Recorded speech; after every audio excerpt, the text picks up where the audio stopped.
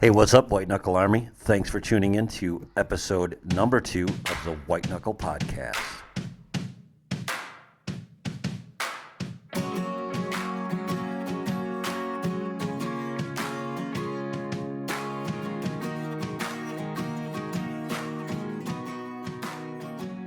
Hey, everybody, thanks for tuning in again to episode number 2 of the White Knuckle Podcast. Today, Dave Prochnow and I are going to recap our thoughts on our first ever ATA show. David nor I have ever had the chance to go, so this was our first time, and it was honestly, it was a bit overwhelming. So I'm going to go ahead and get Dave on the line here, and we will recap our thoughts on our first ever ATA show. So I've got Dave Prochnow on the other line. Dave is my partner in crime while we're in a tree. We've been with White Knuckle for, is it 9 years now, David? Yeah, I'd say about 9 years. Yeah, I think we're having our 10th year anniversary this summer. And David and I started with them after a chat with Todd at the, I think it was the Madison Deer and Turkey Expo, wasn't it? Yeah, I remember vividly going down and meeting the whole gang down there. Yeah, that was, those were certainly different times, weren't they? They were. Lots changed. A lot has changed. It has. One thing that we never got to do in the 8 years that we have done this, 8 or 9 years, is go to the ATA show. And you know, I know for me, going to the ATA show is something that I always wanted to do because, you know, anybody that's anybody in that business is going to be there. But now that we've gone, you know, what are your thoughts on what you saw, who you saw, the new gear you saw? I know that's a big question. That is. I think for me, it reminded me of going to the Wisconsin Deer Classic when we were probably junior high school, when actual manufacturers had booths there. And I remember grabbing literature and on XI bows and high country bows and you name it, all the ones that we kind of grew up with. Man, it brought back flashbacks of that. That's the first thing that hit me. Not so much of the other stuff, just pure product. And I don't know how you can't walk into the Indianapolis Convention Center and not be blown away by the choices that archers and hunters have today. Just crazy. Yeah, I mean, it's not short on anything really. It's I think Mark Kenyon said it best recently on one of his Twitter posts. It's you know, the ATA show is equal parts interesting and exhausting at the same time, or something along those lines. And oh yeah, it's absolutely. After 3 days of it, I don't know if I want to call it overwhelming, but it's overwhelming. It's just, yeah, I'm stunned. I was absolutely stunned. The biggest thing I found is, I mean, we're partial to the products we're partial to, and I've got some things that I've used for years and have faith and trust in, but there is something there for everybody, no matter what style you like, the feel you like, the color, you name it, and you can find it there. Right.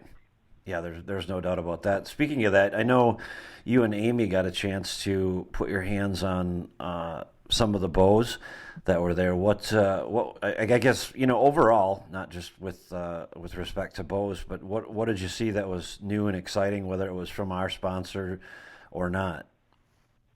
Well, I don't know if I saw anything that I would consider new and exciting. I mean, there were some bow companies there that I've never even heard of, so I guess that's new. I like to think I'm up on most things that come out in the industry, and a lot of those were new to me. We shot a lot of different ones, and I can honestly say I could walk out of there. If somebody was going to put one in my hand, I could go shoot and hunt with any one of them. Some might fit me better, and I might do better with one than the other, but there isn't a bad product there. I think that's one thing we probably learned about the industry is if you make junk, people catch on, and you're not around for long. And we shot some really nice equipment. I was very impressed. We're not big crossbow people, but I hung out at some of those and just watched some people shoot them, and wow, has that technology changed too? It's just unbelievable how fast and smooth that stuff is. Yeah, I did get a chance to see a couple of those crossbows, and you're right. They, I don't know if you were down at the archery, you know, the area there by Elite where you could shoot the new bows. But when some of those crossbows went off, you knew it was a crossbow. Holy cow, they were fast. It almost they really go. Yeah, it almost sounded like one of those high-powered, air rifles going off. It's pretty special technology. And we did shoot the new Elites. I know Amy has been shooting the same bow for, I don't know, dozen plus years. And she shot that first arrow, turned around and smiled. And I told her, I said, once you'll be fine with your old bow until you shoot a new one. And she couldn't believe it. Yeah, the technology that just keeps coming and coming and coming and coming is incredible. And I guess that's what keeps the industry moving along. Whether you're a target archer or just a bow hunter, things are getting better and better in terms of your ability to be more accurate with the equipment that you have. Yeah, and the competition among them is so fierce that everybody's got to keep paying. Right. So it's an exciting time. I don't do much with target archery. I don't own a target bow, and that's one thing I think in the hunting community you lose sight of is what a population of archers there are that are shooting. They're just warming up for their winter leagues now, and I heard a lot of talk about that, and that's not something I identify with very readily, I guess. Right. Since I've gotten into the business side of that business, I have spent a little bit of time, listening to and hearing from, that side of the business, and that's definitely it's definitely big business. There's no question about it. And you talk about some of these deals that have been signed recently with some of these professional archers. That's really where it starts, and I think that's where the technology is geared toward to begin with, and then it just sort of trickles down into hunting. It's endless what they keep coming up with. I think the most significant thing that I saw with respect to Elite was that the new bearings on the cable slide, rather than having it be an actual slide, it's on, what would you call those, roller bearings? Yeah, yep. Okay. Yep, which some other bow companies have come out with, and it seems to make a lot of sense in performance and efficiency. So, what do you have any idea? I think Nathan, the pro shooter there from Elite, said that would just gave it more energy. So just a small tweak like that can up your, I would assume, feet per second. Is that correct? Yeah, I would imagine you're gaining a little bit of that, but like I say, the efficiency, I'm always amazed by how much more performance they're getting out of lower poundages. It used to be you had to shoot 75 pounds to get any kind of performance, or that's what they led you to believe. You just had to keep up in the weight. And right. Now with mid-50s, you can shoot a 60-pound bow, and granted, you're going to get more out of a 70-pound bow, possibly, but a guy or a gal can shoot minimal poundage now and get the same performance that we were getting a few years ago. So I'm sure that's all part of the trick of the trade. Let me ask you a question that I came home with and have thought about, a bunch of times since we got back, and that is, from the outside looking in, I think we all have this perception that business is, glamorous, like many other things that we see on, TV or hear on radio or whatever the case may be. With respect to that, what was your takeaway? Well, again, I think the competitive nature of that industry, you have to, you can't have a bad year where you're like, oh yeah, that was a bum model for us. Sorry about that. You have to be on top of your game all the time, and I don't know that. I'm sure they're always innovating. They're always trying to come up with the best new thing. But boy, you have to kick out a steady product, and reputation is everything. I'll even say that just walking around there's certain companies that catch your eye and you have faith in because they've built years of consistency around that name, and that's. I can see where the upstarts really, to get a leg hold, it's tough to break into that. Yeah, it is. I mean, I was in several, meetings with our sponsors, and the one thing that I kept feeling like is that there was always someone over my shoulder, uh, you know, waiting to take whatever it is that I wanted, and you're right. You do have to be on your toes throughout the whole industry. I'd say you better be up early, fighting hard for your spot in line because. There's a tremendous amount of competition, whether it's from our side of the business and gaining sponsorships, or if you're a manufacturer and you're pushing gear, you better be at the top of your game and bringing your A game every day. I guess is what I took away, because Yeah, absolutely. there's always somebody out there that's looking for the mousetrap, Mm-hmm. if you will. So that was interesting to me. Was there any particular piece of gear that you were able to put your hands on? Again, whether it was from our sponsors or not, that you fell in love with, so to speak. If that's Well, I had a few things on my list. I know I want to say it was specialty archery. That was one I had written down before I went because I wanted to see it in person. I've seen it in magazines where they have the little, and I'm going to get the terminology wrong, but basically they have an insert into their peep for aging eyes like mine. I can't remember what they call it now, but a clarifier, so that you can change it and get your, kind of like having eyeglasses inside your peep. Oh, really? I know I'm starting to see a little blur in the old pins and stuff like that, and they have a little tool you can hold up and you can try different powers, and then it's like having a new pair of glasses. It's pretty cool. And I saw it in a magazine, but then had the opportunity to talk to the guy and try it out. And I think that's the direction I'll definitely be going to. Like I say, my mid-40-year-old eyes now need a little help. Yeah, definitely. I guess So I was happy to see that. so. If I'm understanding you correctly, it's maybe an aluminum peep sight that has threads in it that you can thread in some Yep. some sort of glass to magnify Correct. it somewhat. Okay, Yep, just to clean it up, kind of like wearing reading glasses. that's not good. And, That's not good for me because I can't see anything to begin with, and that takes away an excuse. yeah.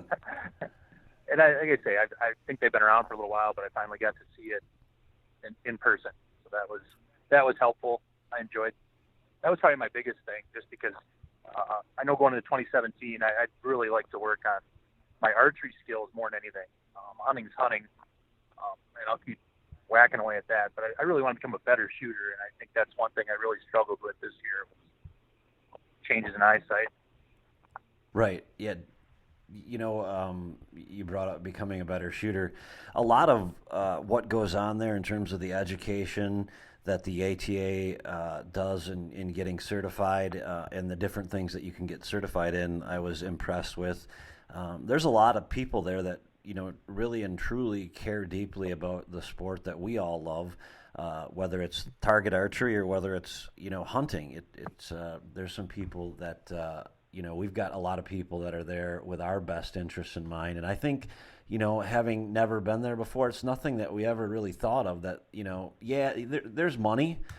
Certainly, people didn't get in it to just donate a bunch of their money, but at the same time, I think that I was able to talk to some people that you could tell their true passion for the sport, whether it was hunting or their true passion for the target archery end of it. And in most cases, it was both.